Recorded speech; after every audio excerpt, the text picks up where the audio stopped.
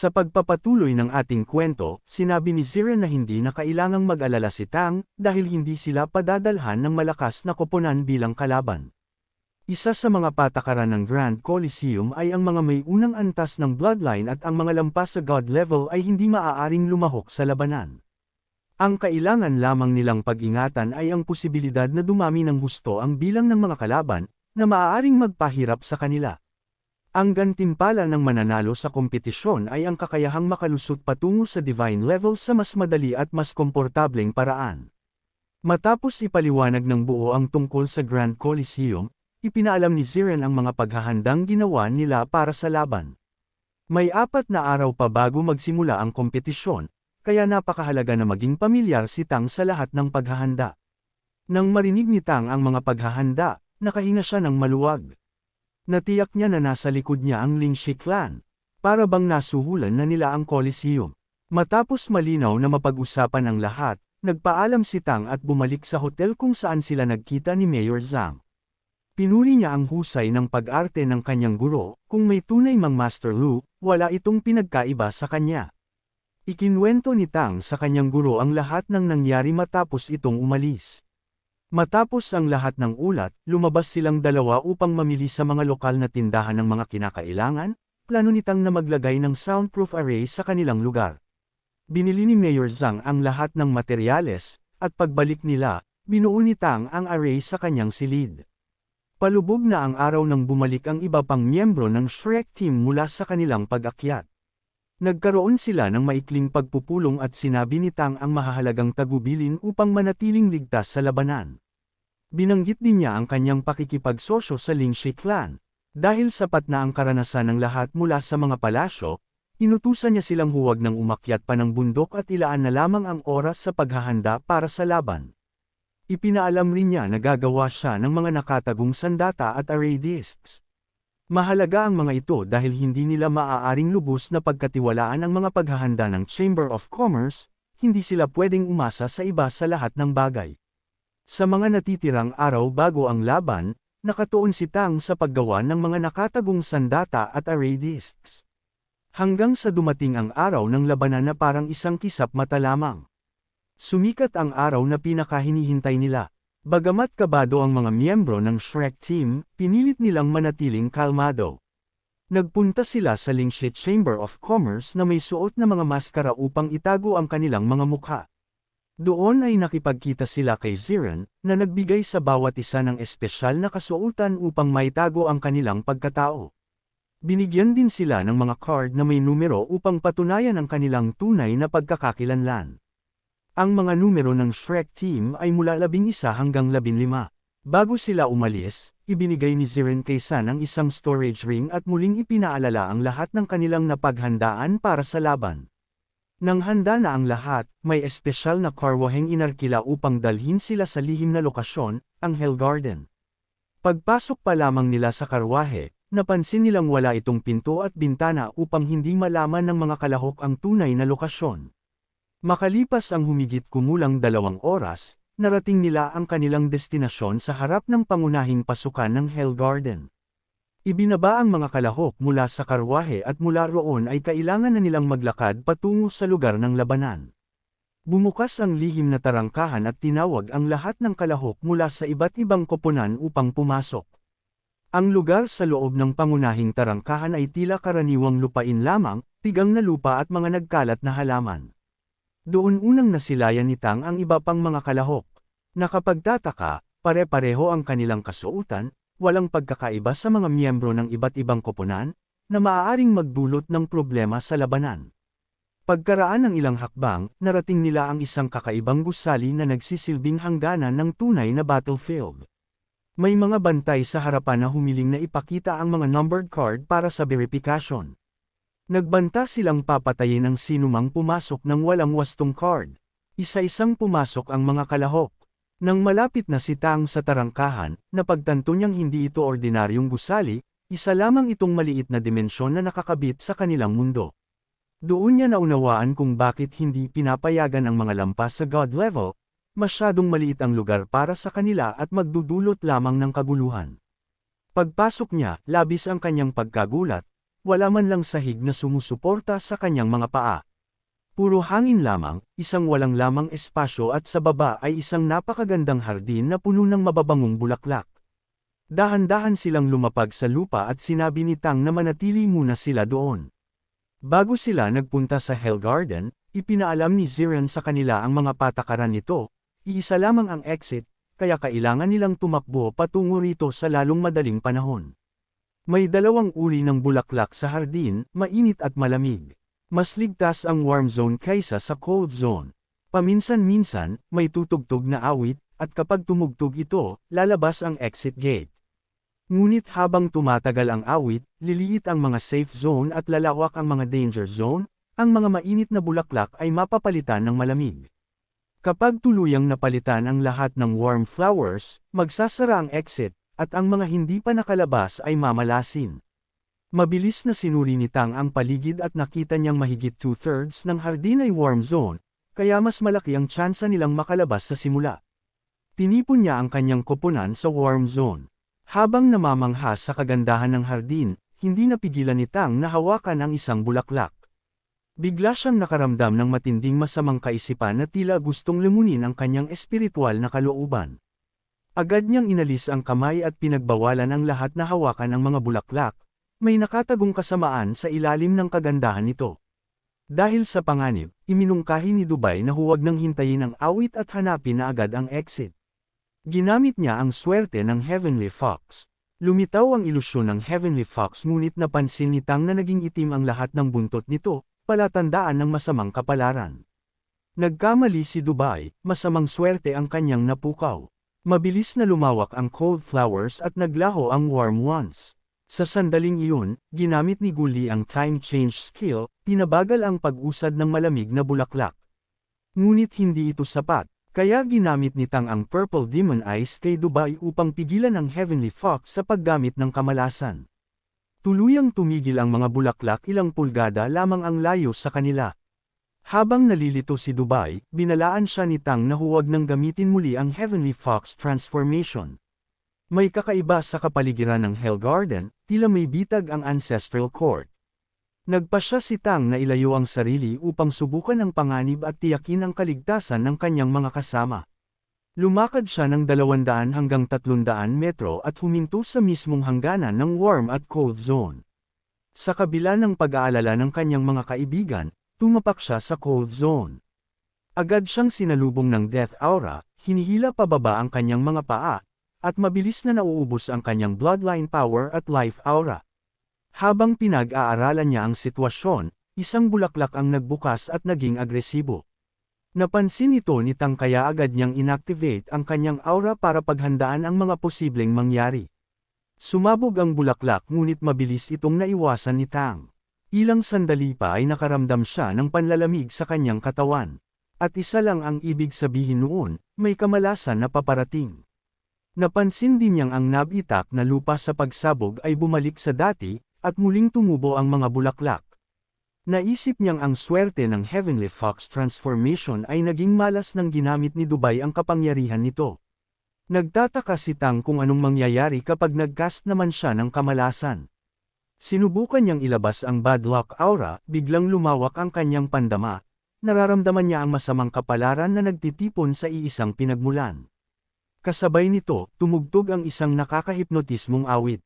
Nakita niya ang light pillar na binanggit ni Ziran, kabaligtaran ng pinanggagalingan ng bad luck. Biglang narinig niya ang tawag ng kanyang mga kasama, nakita na nila ang exit, ngunit nahimite si Cheng dahil sa awit. Mabilis siyang bumalik at ginamit ang Purple Demon Eyes upang gisingin ito. Sama-sama silang tumakbo patungo sa exit habang unti-unti itong nawawala dahil sa paglawak ng cold zone. Hindi sila makalipad, kaya gumawa si Wu Bangji ng ice boat. Sumakay sila rito habang ginagamit ni Cheng ang kanyang pakpak para magkaroon ng hangin at dumulas ang bangka sa lupa. Habang naglalakbay, naunawaan ni Tang ang mensahe ng awit, ang langit at impyerno ay kapwa nasa loob ng mundo. Matapos ang kalahating oras, tumigil ang awit. Huminto rin ang pagbabago ng mga zone. Ngunit nanatili ang light pillar. Biglang may narinig si Tang na pamilyar na tinig, ang Crystal Great Demon Emperor. Nagmumula ito sa itlog na ibinigay sa kanya. Napahiyaw si Tang sa gulat, ngunit pinakalma siya ng emperador at ipinaliwanag na ikinabot niya ang isang espiritual na anyo ng sarili niya sa itlog, at mananatili iyon hanggang sa mapisa ito. Nagkaroon ng kakaibang pagbabago ang sitwasyon nang biglaang sinabi ng emperor na mapipisa na ang itlog at inutos niya kay Tang na dalhin ito sa pinanggagalingan ng tunog. Halos tumigil ang tibok ng puso ni Tang nang malaman niyang mapipisa ang itlog mismo sa Hell Garden. Wala siyang kaalam-alam na kasama na pala niya ang espiritu ng dakilang Demon Emperor. Ngayon na iniutos na nitong kailangan ng mapisa ng itlog, alam niyang hindi na maaaring maganap ang mga planong ginawa niya kasama si Zirin. Kailangan niyang maging lubhang maingat sa bawat hakbang, sapagkat isang bagong buhay ang kanyang pananagutan. Kapag nabigo siyang protektahan ito, tiyak na papatayin siya ng walang awa. Mas malala pa, hindi niya pa ito nasasabi sa kanyang mga kasamahan, isang napakalaking pagkakamali. Upang maibalik sa ayos ang lahat, ipinahinto niya ang bangka. Nang makababa na ang lahat, sinabi niyang may matagal na siyang tinatagong lihim. Ibinunyag niya ang lahat, ang kanyang pagbisita sa Crystal Palace, ang itlog na ibinigay sa kanya bilang tanda, at ang katotohanang malapit na itong mapisa anumang oras. Ipinaliwanag niya na pupunta siya sa lugar na pinagmumula ng awit upang ligtas na mapisa ang itlog. Samantala, hiniling niyang magtungo muna ang iba sa exit at hintayin siya roon. Lubos na nabigla ang kanyang mga kaibigan. Sa kauna-unahang pagkakataon mula nang sumali sila sa Shrek Team, tumanggi silang sundin ang kanyang utos. Hindi sila pumayag na iwan siyang mag-isa, delikado iyon. Sama-sama nilang napagdesisyonan na samahan si Tang sa lugar kung saan niya planong ipisa ang itlog. Nadama ni San ang labis na emosyon sa suportang ipinakita ng kanyang mga kasamahan, ngunit nag-atubili pa rin siya. Napakapanganib ng paglalakbay. Gayunpaman, sinabi ng lahat na palagi siyang nag-aalala para sa kanila, kaya ngayon ay panahon na upang suklian nila iyon. Matapos ang mahabang pag-iisip, pumayag din si Tang, bagamat labis siyang nag-aalala sa kanilang kaligtasan. Muli silang sumakay sa bangka, ngunit sa kabaligtarang direksyon ng exit. Si Tang ang gumabay ng kanilang landas, habang pinapabilis ni Guli ang bangka gamit ang kanyang time change skill. Ang biyahe ay naging napakahaba, isang buong araw silang naglakbay, may maiikling pahinga tuwing 2 oras, ngunit nanatiling lubhang nakakapagod. Habang naglalakbay, napansin nilang palawak ng palawak ang cold flower belts, habang ang mga warm belt ay paliit ng paliit, at ang ilan ay tuluyang napuputol. Sa mga sirang bahagi, napilitan silang dumaan sa cold zones. Ginamit ni Tang ang Liger Flame upang magbukas ng daan sa gitna ng mga cold flowers. Bagamat mabilis silang nakatawid, bawat isa ay nakaranas ng pagkawala ng spiritual power at enerhiya. Mabuti na lamang at maaga pa silang nakapagsanay kaya't mabilis nilang napunan ang kanilang lakas. Matapos tawirin ang ikatlong cold flower belt, tumunog ang ikalawang awit. Lalong naging manipis ang mga warm belts, sapat lamang para makadaan ang bangka. Lalong nabahala si Tang, buong koponan ng kanyang kasama, kapag may masamang nangyari, habang buhay niyang pagsisisihan iyon. Tinanong niya ang espiritu ng emperador kung kailangan pa nilang magpatuloy. Sinabi nitong may kaunting distansya pa. Hindi pa rin mapanatag si Tang. Hiniling niyang tiyakin ng emperador ang ligtas na pagbabalik ng kanyang mga kasamahan. Nangako ito, ngunit hindi lubusang nagtiwala si Tang. Inihanda niya ang sarili sa pinakamasamang mangyayari, handa niyang isakripisyo ang sariling buhay para lamang mailigtas ang kanyang mga kaibigan. Nang tumunog ang ikatlong awit, mabilis na lumawak ang cold zones at halos maglaho ang warm zones. Kada 1,000 metro, kailangan nilang dumaan sa cold flowers. Biglang sumigaw si Tang at inutusan si Wu Bangji na ihinto ang bangka. Ginamit niya ang kanyang perception, at mula roon ay wala na siyang nakitang ligtas na lugar sa loob ng libo-libong metro, kamalasan, at kasamaan ang nasa unahan. Inutusan niya ang kanyang mga kasamahan na maghintay sa warm belt, habang siya ay magpapatuloy mag-isa kasama ang itlog. Ayaw pumayag ni Wu Bangji, ngunit tiniyak ni Tang na magiging maingat siya. Nangako siyang uurong agad kung may banta sa kanyang buhay. Sinabi rin niyang kung hindi siya makabalik bago tumunog ang susunod na awit, dapat na silang magtungo sa exit. Pagkasabi niyon, tumalon siya sa dagat ng cold flowers. Binabaan niya ang protective range ng Golden Liger Flame upang bumaba ang konsumo ng kanyang enerhiya. Tumakbo siya ng diretso sa halip na gumamit ng teleportation, upang makatipid ng lakas. Habang palalim siya sa danger zone, mas dumadami ang cold flowers. Dalawang bagay ang kumakain sa kanyang enerhiya, ang pag-usad at ang paglaban sa masamang kapalaran ng mga bulaklak. Matapos ang halos 2 oras, lubos siyang napagod at hindi na makausad. Sinabi niya sa espiritu ng emperador na naabot na niya ang kanyang hangganan. Sa sandaling iyon, lumakas ang spiritual energy ng itlog. Lumabas ang mahahabang bughaw at berde na hibla na bumalot sa kanyang katawan at unti-unting naging blue-silver grass. Nabigla si Tang, hindi na niya maigalaw ang kanyang katawan. Maya-maya, napansin niyang hindi na siya sinasaktan ng cold flowers. Ang aura ay nakipagsanib sa malas ng mga bulaklak at pinawalang bisa ito. Isa itong assimilation. Ang Crystal Great Demon Emperor ay tunay na makapangyarihan. Tumigil ang pag-drain ng kanyang enerhiya, at nawala rin ang suction mula sa lupa, kaya nakayanan na niyang lumipad. Ginamit niya ang Golden Wing Transformation at lumipad patungo sa pinagmumulan ng awit. Bumilis ang kanyang paglalakbay, at hindi na niya kinailangang gamitin ang Liger Flame. Sa loob lamang ng 1 oras, narating niya ang pinagmulan ng tunog. Hindi niya inaasahan ang kanyang nakita, isang napakaganda, dalisay, at napakalaking puting bulaklak, na kayang palaganapan ang alon ng galaw nito sa buong Hell Garden. Napapalibutan ito ng bubble shield. Nang hawakan niya ang shield, naramdaman niya ang napakalakas na life force, ang pagod niya sa paglalakbay ay biglang napawi.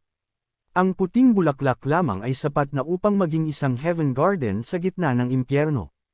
Napansin niyang ang itlog ay sumisipsip ng life energy, at napagtanto niyang ang bulaklak ay may walang hanggang heavenly foxlock. Habang naliligo sa enerhiya, naramdaman niyang nag-e-evolve ang kanyang heavenly fox transformation. Bigla siyang inutusan ng Emperor na akyatin ang bulaklak, at mabilis namang sumunod si Tang. Habang pataas siya ng pataas, naramdaman ni Tang na mas lumalakas ang kanyang power of lock, napansin din ni Tang na nawala na ang divine consciousness ng Emperor sa itlog.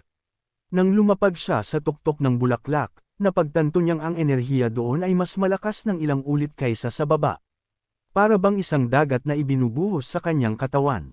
Hindi inaasahan ni Tang ang pagbabagong magaganap, ang mga bloodline sa kanyang katawan ay mabilis na nag-e-evolve dahil sa matinding pagbugso ng enerhiya. Umabot din sa tuktok ng 8th rank ang kanyang cultivation level, at ang kanyang Liger transformation ay nasa tuktok na rin ng 8th tribulation.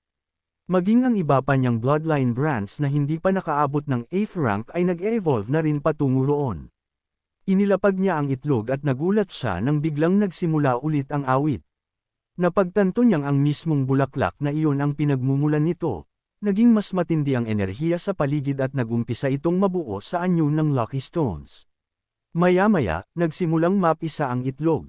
Sa kanyang pagkabigla, isang batang babae ang lumabas. Hindi makapaniwala si Tang, isang tao ang isinilang sa itlog. Habang lumalalim ang pag-iisip niya ng mga posibleng dahilan kung paano iyon nangyari, sa loob lamang ng ilang segundo, mabilis na lumaki ang batang babae. Napansin ni Tang na halos kasing laki na nito ang isang 6 na taong gulang, at habang pinagmamasdan niya ito, masaya itong tumingin sa kanya at tinawag siyang ama. Hinubad ni Tang ang kanyang damit at isinuot iyon sa batang babae. Ipinangako niyang hahanap siya ng mas babagay na damit para rito kapag nakalabas na sila. Tinanong niya ang bata kung kaya ba nitong magsalita kahit kapapanganak pa lamang nito, ngunit paulit-ulit lang nitong binibigkas ang salitang papa. Nanlungo si Tang nang marinig iyon. Wala pa pala itong alam na ibang salita. Dahil isinilang ang bata mula sa isang crystal egg, napagpasyahan niyang bigyan ito ng pangalang Jingjing. Agad namang nagningning ang mga mata ng batang babae at masayang inulit ang kanyang pangalan, tila nagugustuhan ito. Matapos pangalanan ng bata, nagpatuloy si Tang sa pag-absorb ng enerhiya habang malakas pa ang agos nito sa paligid. Nasa tabi niya si Jingjing, at kagaya niya, kusa rin itong sumisipsip ng enerhiya na para bang likas na niyang kakayahan iyon. Kasabay nito, hindi maiwasang pag-isipan ni Tang ang misteryo ng higanteng bulaklak. Habang pinagmamasdan niya ang mga gintong buto nito, sumagi sa isip niyang kunin ang isa sa mga ito. Ngunit agad siyang binalaan ng Heavenly Lock Stone, isang malinaw na pakiramdam ng matinding panganib. Dahil dito, agad niyang inalis ang ideyang iyon. Pagkalipas ng ilang oras, tuluyang huminto ang tunog na nagmumula sa bulaklak at humina ang enerhiya sa paligid. Hindi nagtagumpay si Tang na ma-evolve ang lahat ng kanyang bloodline sa ikawalong ranggo. Napagtanto niyang masyado na siyang nagtagal sa lugar, kailangan na niyang umalis bago tuluyang mawala ang epekto ng Blue-Silver Emperor Grass sa kanyang katawan, na magpapahirap sa kanyang pagbabalik. Nagpasya siyang tumalon pababa mula sa higanting bulaklak upang subukan kung nananatili pa ang kapangyarihan ng Emperor sa kanyang katawan. Itinaas niya ang kanyang kamay at kinontrol ang Blue-Silver Emperor Grass palabas sa shield ng Lotus Flower. Napagtanto niyang gumagana pa rin ito, ngunit bigla siyang nagulat. Ang kapangyarihan ng kamalasan sa labas ay nagsimulang sumama pabalik sa Blue-Silver Emperor Grass. Samantala, ang kapangyarihan ng swerte sa loob ng shield ay mariing lumaban. Ang kanyang katawan ang naging entablado ng banggaan ng dalawang magkasalungat na puwersa. Dahil dito, hindi na magawang igalaw ni Tang ang kanyang katawan. Tuluyan siyang nawala ng kontrol habang ang dalawang kapangyarihan ay naglalaban sa loob niya. Habang pilit niyang sinusubukang kontrolin ang mga enerhiya, bigla niyang narinig ang boses ni Jing Jing. Agad siyang napalingon at nanlumo sa kanyang nakita, ang buhok ng bata ay nagbago, kalahati ay naging puti at kalahati ay naging itim. Napagtanto ni Tang na nadamay si Jing Jing sa banggaan ng dalawang kapangyarihan. Kapag nagpatuloy pa ito, maaaring ikamatay ng bata. Agad siyang naalarma. Alam niyang upang mailigtas si Jing Jing, ang tanging paraan ay ang paggamit ng kanyang divine consciousness. Ngunit bago pa niya iyon magawa, biglang sumigaw ng malakas si Jing Jing. Isang napakalakas na enerhiya ang sumabog mula sa kanyang katawan, at sa isang iglap ay winasak nito ang dalawang kapangyarihang naglalaban. Agad itong napansin ni Tang. Walang pag-aalinlangan, mabilis siyang lumipad palabas ng lugar habang mahigpit na kinalong si Jing Jing. Sa sandaling iyon, biglang nagliwanag ang katawan ng bata, naglalabas ng misteryosong liwanag na tila may mas malalim pang lihim na nakatago sa kanyang pagkatao. Maraming salamat sa panunood. Kung nagustuhan mo ang video na ito, huwag kalimutang i-like, mag-subscribe, at i-share sa mga kaibigan mo. I-click na rin ang notification bell para lagi kang updated sa mga susunod nating kwento. Hanggang sa muli, kita-kits sa susunod na kabanata.